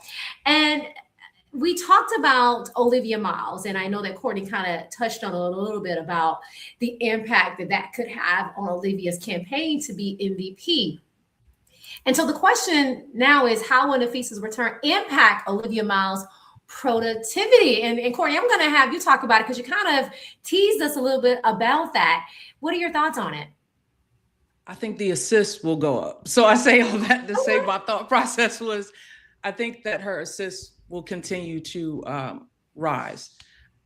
Maybe the double-double category with assist and points. I like that a lot as something that could be a norm for Olivia Miles. She will have so many weapons on that team. You've got Courtney Williams, who is continuing to just dominate the mid-range game. When I think that's what makes her so special, is that she continues to make the mid-range game her playground. You got Kayla McBride, who is just consistent with the 3-point. You have to be a great defending team to do anything with Minnesota. And then with Nafisa coming back and playing alongside Natasha Howard, that is a powerful team. I think Olivia Miles is just going to be having the time of her life and can pass the ball to anybody that she liked, as well as still get to the basket. So I think that her productivity will be the same. I think the scoring might take a little bit of a bump because the assists will go up. She'll have her pick up the litter, whoever is available at the time. And it's going to be exciting to watch. I totally agree with you, Courtney. I think that it's only going to help Olivia Miles. First of all, you have someone who was an MVP contender last year. So now you have another player on the court that is going to naturally take the defense's attention. I mean, you have to guard Nafisha. You have to guard Kayla McBride, Courtney Williams, Nia Coffey's having her best season. So they are loaded with weapons. And for that reason, I think that Nafisha Collier's return is only going to help Olivia Miles. She's going to have more assists. She's probably going to actually get some better quality shot selection, just given how teams are going to have to put attention on Nafisha and what she can do. So I think the scoring might go down a little bit for Olivia because now you have Nafisha who can step in and bring 20 plus points per game as well. So I just think it's going to help. I think Olivia's going to be able to get more people involved. I think her assists will go up. I think we'll see better efficiency and a little bit her playing a little bit more effective with Nafisha on the court. Yeah, we have some stuff here in the comments here, and one of the things that I want to highlight here is this is the same question that I think a lot of us have is, and this comment is, I'm curious about that too. How will Reeve balance these two superstars? That's going to be a big question because I don't think anyone knew that Olivia would be a superstar this quickly. I think we all thought, she's a great distributor of the ball, great in screens, awesome, right? We had this expectation, but who thought? Now, of course, Cheryl Reeve is a great coach. So let's just start with that. Sure. But we didn't know that she would help this young lady elevate to a level where she's a superstar and the superstar status. So I think that's something we want to keep our eyes on is how would they balance that? So just quickly, if either one of you all want to touch on the thoughts about how do you balance a former MVP candidate and now a current MVP candidate on that same team. Any thoughts, ladies? I think there's not a whole lot that Cheryl needs to do there. I think you have two players in Olivia Miles and Nafisa Collier who they are selfless players. I think the balance and the chemistry will naturally happen because when you have so much talent on the team and the championship is the bigger goal, not necessarily egos, accolades, numbers, awards, and things like that, it's very easy to maintain that level of get the ball to the next open player. Understanding that if tonight Olivia Miles is hitting 5 3-pointers, we need to continue to get her the ball. If Nafisa has the mismatch, that's where the focus needs to be. So I think it becomes more about the game plan and what's actually happening with the players at the time. In-game adjustments, mismatches, things like that. So I think it's something that it's easy problem to have. It's a good problem to have. Yes. It's a very good problem to have. So, and I think with Coach Reeves' experience, she won't have any issues balancing out. And I was going to say, I don't even know if she's going to have to balance them out. I think as a coach, you have to be aware that sometimes sharing superstars on a team, there can be some conflict a little bit, sharing that spotlight. But in my opinion, with how we've seen this relationship grow already, I mean, you see them having conversations on the bench. Olivia Miles is talking to Nafisha while she sits down. Nafisha is giving her pointers. She's going over there. So in my opinion, I think that there's already a high mutual respect. I think they both have great self-awareness. And then at the end of the day, as you mentioned, Courtney, I think being able to put your own individual accolades and what you want aside for the bigger goal. Minnesota wants to win a championship. Nafisha knows that. She's going to contribute. She's going to be a top player, as is Olivia Miles. And I think just seeing their chemistry in that one game, but also seeing the chemistry that they've created in the preseason of leaning on each other and being there for each other, I think they're going to have continued success. And hopefully Coach Reeves won't have to worry about balancing out, two superstars and if there's any conflicts. Yeah, I think if everybody focuses on the bigger goal, which is to win yet another championship for Minnesota, egos are put to the side for the greater good of a team. And speaking greater good of team, we are now almost to the deadline of the trade deadline for the WNBA. And so there's a lot of teams that need to make some changes. And with that, I'm going to ask my panel, what team needs to make a deal before the trade deadline that's coming up very soon, August 2nd, 3 p.m. That trade deadline is coming. Who needs to make a move? All right, Anne-Marie, who needs to make that move? Well, as we know, there's quite a few teams that are struggling at the bottom right now. Seattle is struggling. Chicago's yet to really catch a rhythm. Skylar Diggins has been sitting on the bench. We have not seen her step back in quite a few games here. So for me, a few of the players that I feel like that are Kelsey Plum's been in the talk. She's a great elite scorer. There's a few teams that are needing some more scoring and producing guards. I know that the Mystics, there's been some talks of the Mystics looking at getting Kelsey Plum as well as Golden State. But for me, in my opinion, if you're Chicago and you're not playing Skylar Diggins or, there's some dynamics that are occurring that Skylar is not playing at the moment, I think Chicago needs to make a move. If you have such a great player sitting there, it seems that something's off. So in my opinion, I think Skylar Diggins is someone that Chicago might look to get rid of, just given what's occurring in the locker room. There hasn't been much stated, but we know that Skylar Diggins can perform. She was scoring over 14 points per game. Now she is not playing, whether that's injury related or due to the relations with the head coach and moving her to the bench, not to be determined. But I would say Skylar Diggins, Kelsey Plum are two players, but also Connecticut Sun's got to get something going. They've been plagued with injuries. They might need someone that's a little more consistent and can contribute on the offensive end. Chicago, as we mentioned, not doing great. In Seattle, they have a decent roster, but not producing and at the bottom of the league. To your point, I think going along the lines with Kelsey Plum and her making their potential trade to Washington, I think they should make a deal.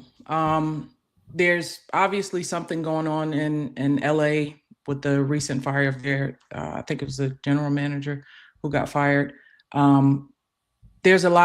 I think there was a lot of expectation for Los Angeles to be doing a lot better than what they are now, record-wise. I think they have a lot of great pieces. Injuries, of course, has been something. Cameron Brink kind of being in and out, not playing consistently, but someone who contributes a lot to that team. So, and then Kelsey Plum going down with her injury is something that's really impacted that team. You look at Washington. Washington is kind of the middle of the road team right now. They've lost a lot of close games, but they've competed in all of them. And I think somebody like Kelsey Plum going to Washington could be that move that takes them over the edge, where a lot of those close games that they lost early on in the season, they would win those if they had a player like Kelsey Plum. So I'm looking and at that trade. I think that's a great move for Washington. And then I think LA just kind of has to figure out what's going there. To your point again with Skylar Diggins, I don't know what's going on there. Left knee injury has been what's stated, but I do think they need to make something happen with that for the sake of the locker room, the energy of the team, the morale of the team. I think they need to move on from Skylar. Yeah, and I'm gonna post something that I think I'm not sure if you all have been seeing this. It's in the YouTube chat. I'm gonna put it here, and this is this is something that there's been some conversation in the chat that I've been seeing. There's some people saying they've been hearing some buzz and rumbles that this, not, of course, it's not going to happen per se, but that this could be a good trade possibility. I want to hear from my panel, because I think that when we posted this and I saw this in the chat, there were some people that were like, then there were some people that said, yeah, okay. So, and Courtney, your face, because your face is hilarious right now. All right, panel. All right, now that you've like taking a deep breath, what in the world? What are your thoughts? I mean, I'm seeing. Come on, what are we thought? What are some thoughts?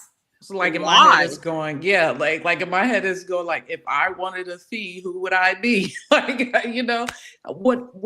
what could you offer Minnesota for?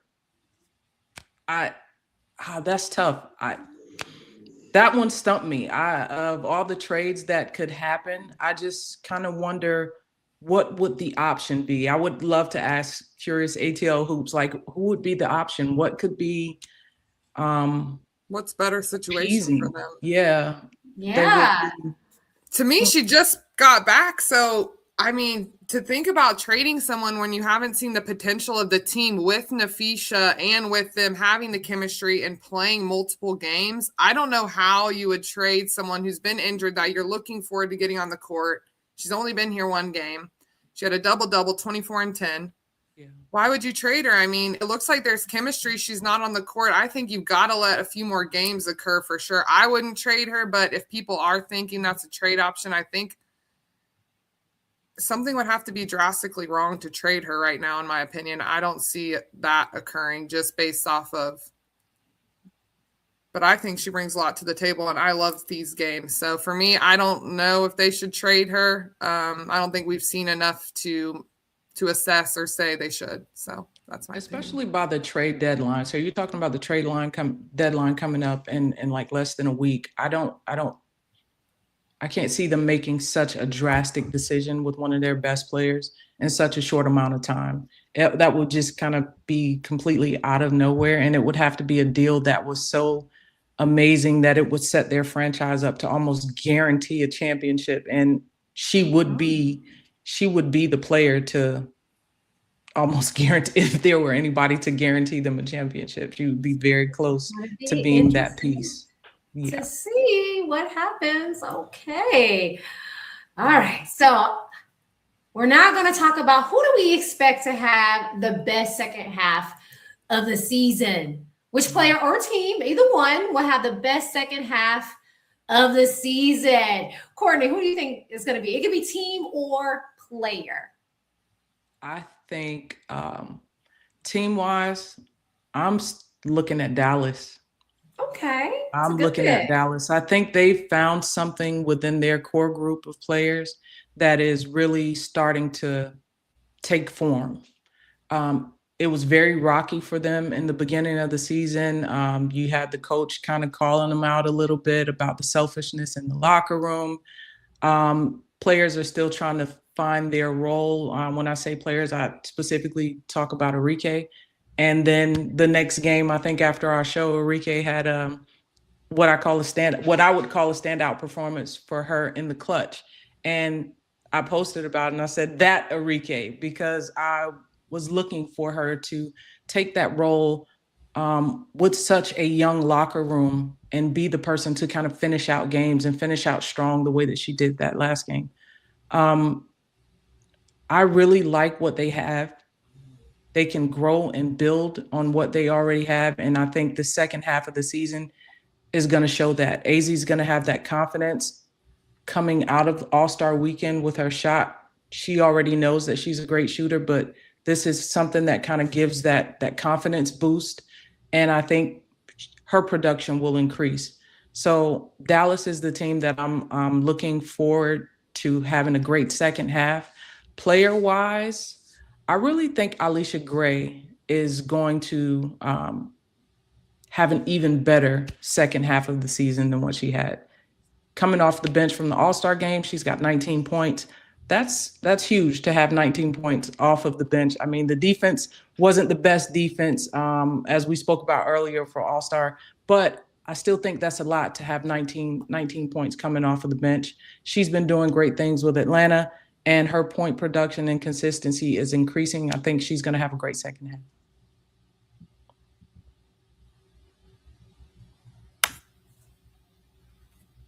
So we definitely have some people that are agreeing with you when it comes to your picks. All right, Anne-Marie, who you got? I think the New York Liberty are going to get it together here in the second half. I mean, we all know they have the pieces. I don't think they've performed the way that they would like to in the first half of the season. They already have 12 losses, but Sabrina's back. She didn't start the beginning of the season. Jonquel Jones coming off MVP of All-Star. Breanna Stewart, as we know, makes it happen on the offensive defensive end, can score her length.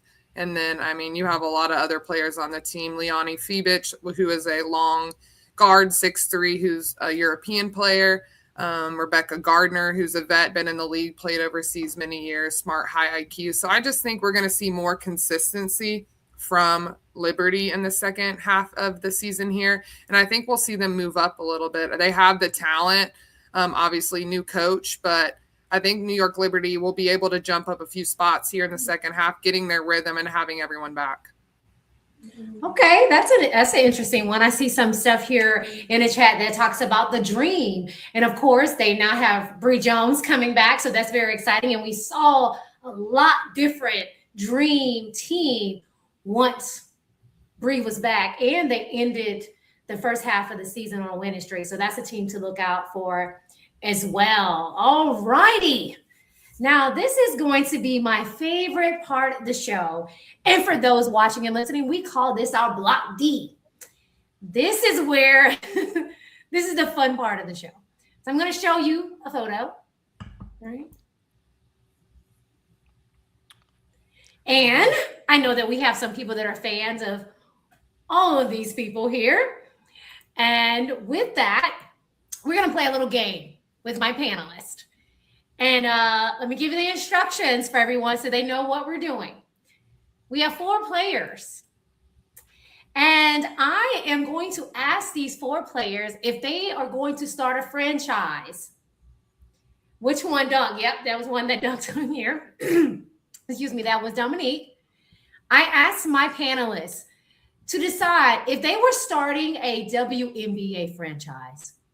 And over the next 5 years, they had to pick one of these 4 players to start the franchise with, to build around.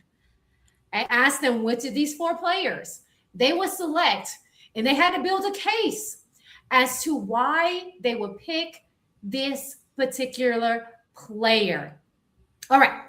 And so I'm going to start with Anne-Marie. So she is playing GM right now. This is Team Anne-Marie, Bulldogs, because she's a Bulldog.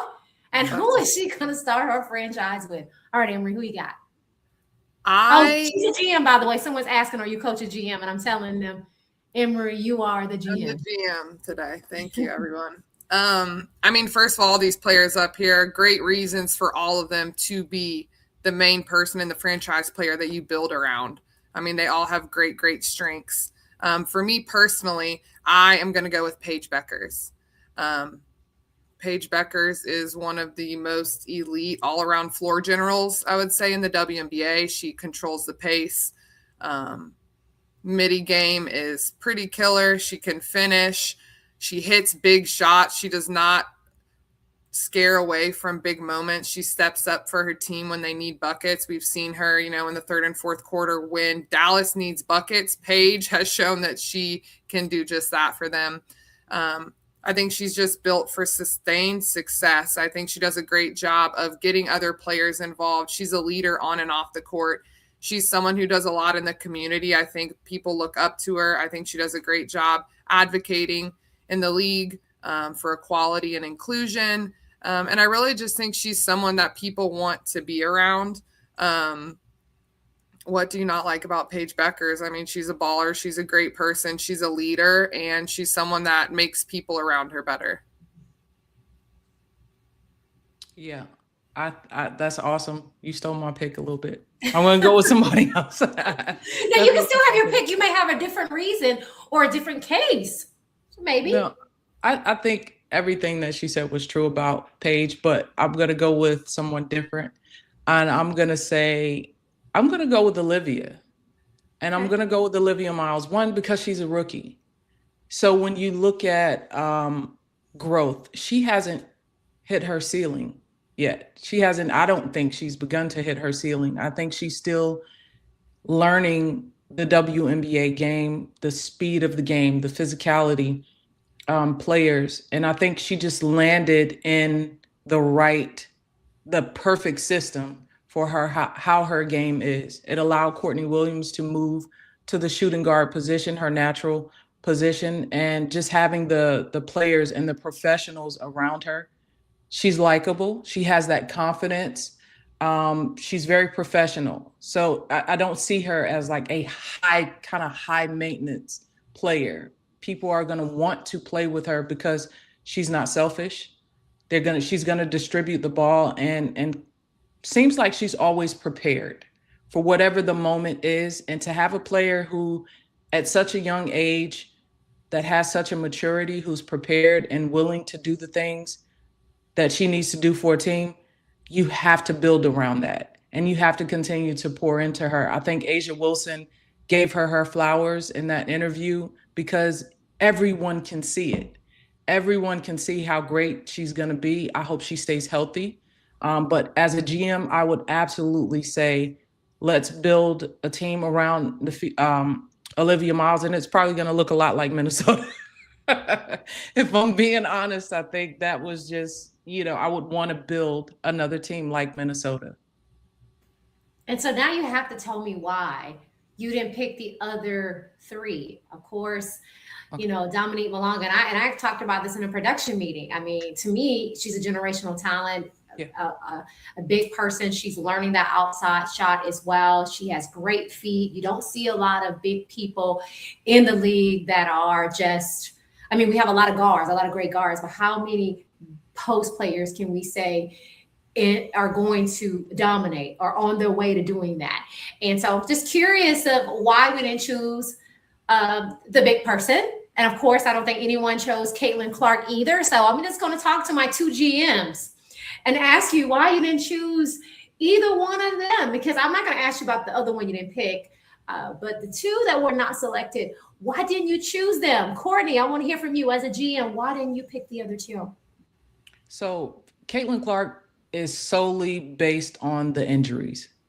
It has nothing to do with her performance. I think that she puts together the performance piece. She brings the fans. She brings the talent. She brings a lot of things.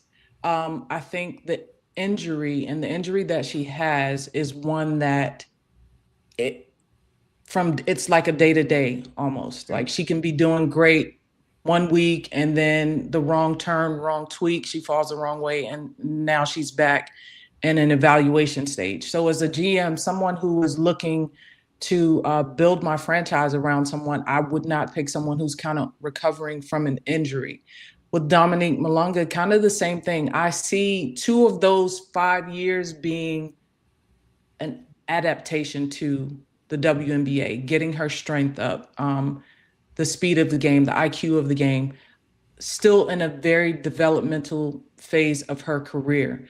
Not that she's a great player. And I think in the next 5 years, she would be the person that I would say, yes, let me pick Dominique because she'll have more strength. She'll have more knowledge of the game. She'll get um, more pace. She'll work more on her shot and be more consistent in her play and her confidence. What I've seen a lot with her has been confidence. Even in the All-Star game, you watch her and you kind of see those moments where she just kind of like dropping her head in the All-Star Yeah. game, right? I'm building a franchise. I need the confidence.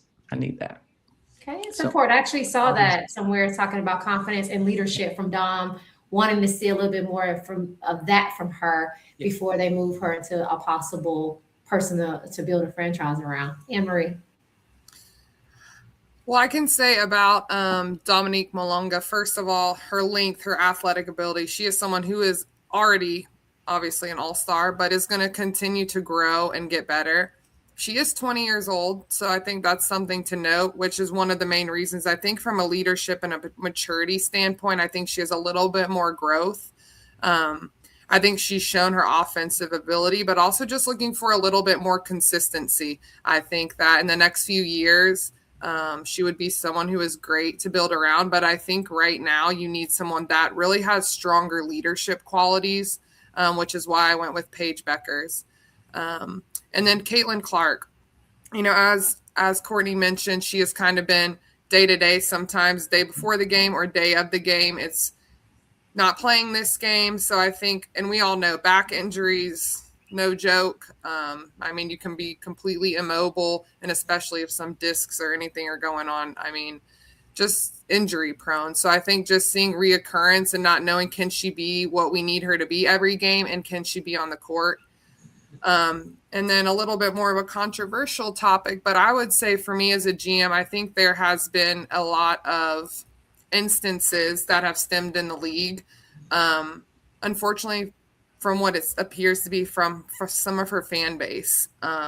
So I think when you're looking at making sure that all your players feel safe, included these things, and you're sometimes, and it is not Caitlin Clark, it is not her fault that some of these fans that are wearing the jerseys are the ones sometimes that are behind the keyboard, who are saying things that are not okay, that are not condoned in the WNBA. So I think sometimes when it comes to speaking on race and diversity, I think it's hard when you're seeing some of her fans, referring to African Americans and Blacks and people that in terminology that is not okay. And so I think, unfortunately, that has impacted a little bit of the way some people see Caitlin Clark. It is not her. She has not personally done or said anything, but I think what comes with some of her fans, for me, being a GM, is that I want to have a safe locker room. I want to have a place where everyone feels included, advocated for, and safe. And sometimes what we're seeing right now is we have a lot of people sitting behind the keyboard who are not helping grow or sharing positive thoughts on the league. Courtney, any thoughts on that? Yeah, that's tough. I mean, it's a tough task to take on Caitlin as a whole, right? When you are involved with a player or a team, you take on all things that come with that player. It's not just whether they play basketball. And this goes to that idea or that mentality that people have sometimes, is that they're just basketball players. We just need to play basketball. These are public figures, right? They have influence. They influence to our young population, political influence. And taking on such a big task with Caitlin Clark, you have to have a lot of things in place, a lot of additional things, because with that big name comes a big check, right? It becomes something that impacts the entire locker room, and it follows people home. So I think it's important to understand, as a GM, if I'm a GM, I don't know that I would want to take that on. It's a lot, because you have to have the support and the backing of the W. You also have to have buy-in from everybody around. And then that's difficult to control, because it's not her fault. She didn't ask for that. But that's kind of what comes with the territory when you're a generational talent. And taking the responsibility or knowing what to do with that at 24 is crazy, right? Like, she can't know what to do. She can't know what's right, what's wrong. Well, she can know what's right or wrong there, but the next move in that, what she should be doing, what she should not be doing, is very difficult to navigate. I'll say that. It's difficult to navigate because someone's always going to be upset about something. So you can't please everybody. So I think her being young plays a huge factor in a lot of the things that people may feel like, hey, she should say something. She should address this. And really, she's focused on playing basketball because she does feel she is a competitor and she feels like she can be playing better. And that is I'm sure what she wants to focus on, but it's bigger. It's bigger. It's much bigger. Absolutely bigger than that. And the good thing about the fact that the league is growing is that we're seeing a lot more of the players be superstars, both on and off of the court. There were a lot of great superstars on the court in years past, in the past 30 years, but now we're starting to see an influx where they're now becoming celebrities. They're becoming influencers in ways that we've never seen before. And with that is a responsibility. I remember as a child, I think it was Charles Barkley that says, "I'm not a role model." Right? He was infamously, I don't know, you all remember that? He said, "I'm not a role model." But it's like, unfortunately, that comes with the territory of that. And I think that Caitlin Clark takes on that responsibility of being a role model to young girls and even some young boys that are watching her play. But at the same time, you have that sense of responsibility because now people expect you to be responsible for all the things that are said by your fans that support you in that. And even if you watch Caitlin Clark at All-Star Weekend, she just really wanted to play basketball. You know, she didn't, a lot of times, like, she didn't seem like she even wanted to address the media. She really just wants to do what she do, which is play basketball and do it well. So I have a question here in the chat that I want to just pose to my panel. We have a few minutes, about 4 minutes or so. So I want to take just about 2 minutes of that time to just kind of address what was said here, because I think it's a really good point that was brought up. And it says the big check could be the poison, because I know that was mentioned here. How do you turn down the economic advantage if you're on the business side? It's a hell of a tough decision. And so I want to just either both of you all or one of you all, I want you to kind of talk about that. When you think about the economic side of bringing in a Caitlin Clark, for example, but then you also have the other side that comes to it, how do you turn that down? So I just want to hear from one of you all in regards to this. I think it's really just, what are your goals? I mean, especially if you're a GM, it's what is more important to you? What are you trying to do? Are you trying to look on the business side, grow viewers? You know that a lot of viewers come with Caitlin Clark, which is a big positive. I mean, the basketball has grown so much from Caitlin Clark and Angel Reese when they graduate, and they're both now not just two major professional athletes, they are public figures, and we see that with both of them. They've both taken on a lot of responsibility with that. But I mean, it's tough. It's just what are your values and what are you wanting your program and your organization to stand on? You know, do you want to have that following, or do you want to, you know, look at other things that you might find are more valuable, like, you know, locker room, what's going on in the locker room? You know, do all players feel that inclusivity and that everyone's together on the same page and people that you can relate with within your organization? So for me, it's really hard because most people look at the business aspect and think that's the most important thing, that you want to generate viewers, you want to generate a fan base, you want to generate revenue. And those are all super important. But at the same time, you have to look at, how is this affecting the team? And how is that inevitably affect the success, which is then the business side as well. So I think it's a hard decision. But as a GM, I think you have to decide what is your goals for the team. Absolutely. So I want to thank everyone for joining us. This was a very engaging conversation, great talk. Thank you to all of our fans. Thank you to all of our viewers, everyone for listening and being engaged with us. That's the kind of conversation that we're going to continue to have here at Hoops and Hers. So we're going to go say thank you to everyone. And thank you to Courtney. Thank you to Anne Marie for being here as well. I am your host. Oh, I got Courtney up there. She's like, what am I doing there by myself? So I am your host and moderator, Lakeisha KB Brooks. Make sure to check us out every Tuesday, 12 p.m. to 2 p.m.